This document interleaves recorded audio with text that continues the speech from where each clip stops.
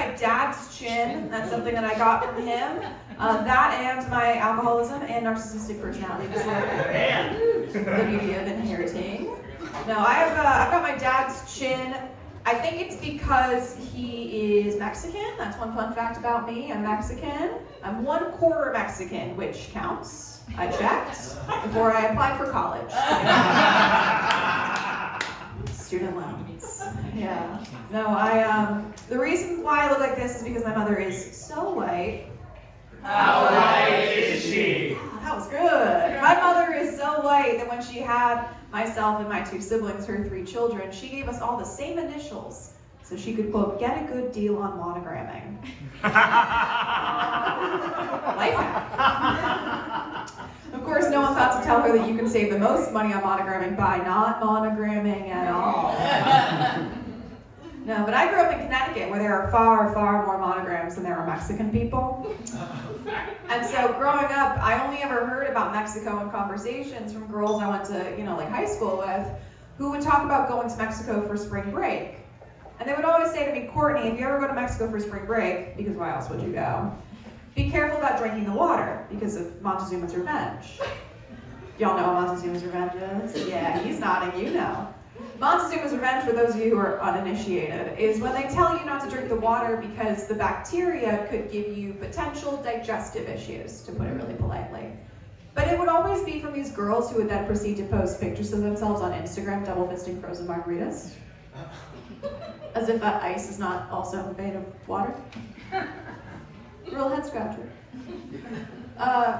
It really begs the question, is it the water that's the problem, or is it the fact that this is the first time you're eating seasoned food in your life, Karen? Because if we're being honest, there's really only one ice us Mexicans need to be concerned about. It's good to know that this is a little bit more of a left-leaning crowd, especially you. You kind of look, that singer who's gone viral recently for that weird song about not being on food stamps? No? Oh my god, I'll send you the link.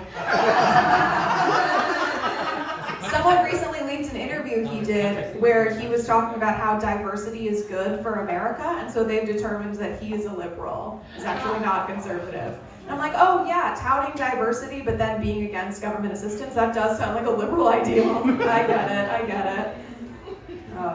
No, I'm gonna go back to the Mexican stuff just for diversity purposes. I love being Mexican up until September 15th. Any of y'all know what that date is? Yes, Hispanic Heritage Month, the first day. No, she didn't know. She was very confident. She was like, yes, bitch, it's my birthday. No, it's the first. Okay, great, so you know. So you know exactly where I'm going with this. I live in the Loop. And after midnight on September 15th, it's like the fucking gremlins were fed. You literally can't get anywhere. It's a nightmare. I, last year, was trying to come back from a comedy show to go to my apartment in the Loop. And I was in an Uber for 2.5 hours because there were all of these people just driving up and down with their flags and their loud music. And it got to the point where I got out of my Uber on the off-ramp to Ida B. Wells, and I walked up to the cop who was blocking the way, and I said, hello, excuse me. That is my apartment right there. I just want to go back to where I came from.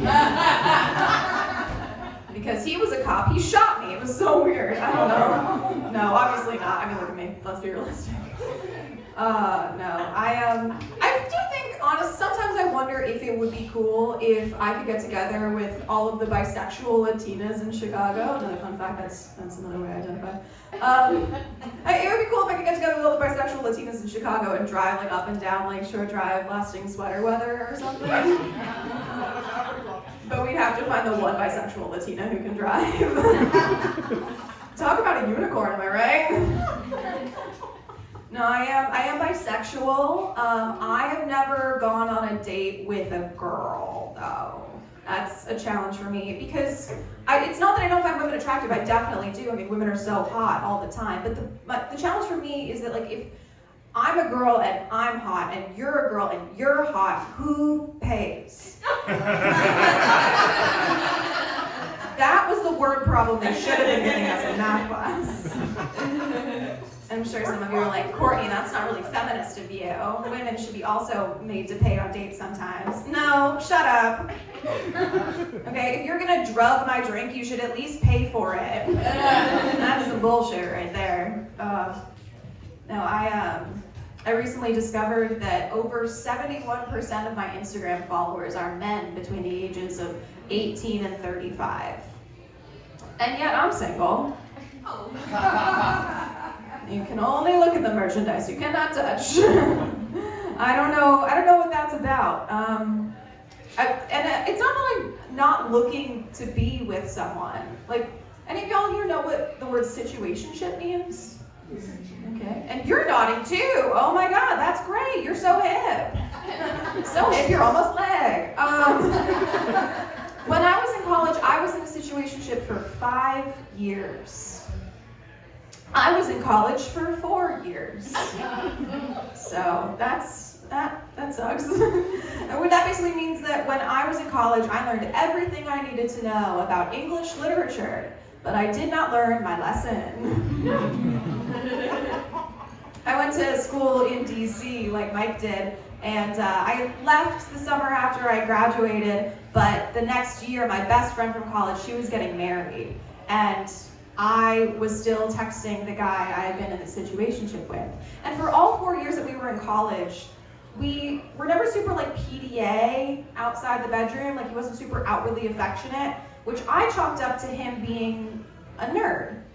Like he was sort of shy, and he wore glasses and sweaters with elbow patches, and like he read a lot of Tolkien, and so I read a lot of Tolkien.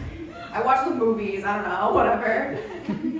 But so he was never like super outwardly affectionate outside of the bedroom, but we were still hooking up, so I was like, okay, we're on the right track, right? No. But I texted him and I was like, hey, would you like to hook up in not a twin size bed for the first time? And he said yes. And so I invited him to the hotel room that my mother had booked for me. And I was like, meet me here after the rehearsal dinner. And so I come after the rehearsal dinner, I see him waiting there for me in the hotel lobby. And he's reading a book. Sexy, right? Like if you're into the nerdy guys, then that's kind of sexy. And so I saunter up to him, and he takes one look at me, and I say, let's go upstairs. And so we go upstairs to my hotel room, and I start flirting with him in my hotel room, drunk on some free alcohol, and he takes a look at me and looks me right in the eyes. And he goes, do you mind if I finish this chapter?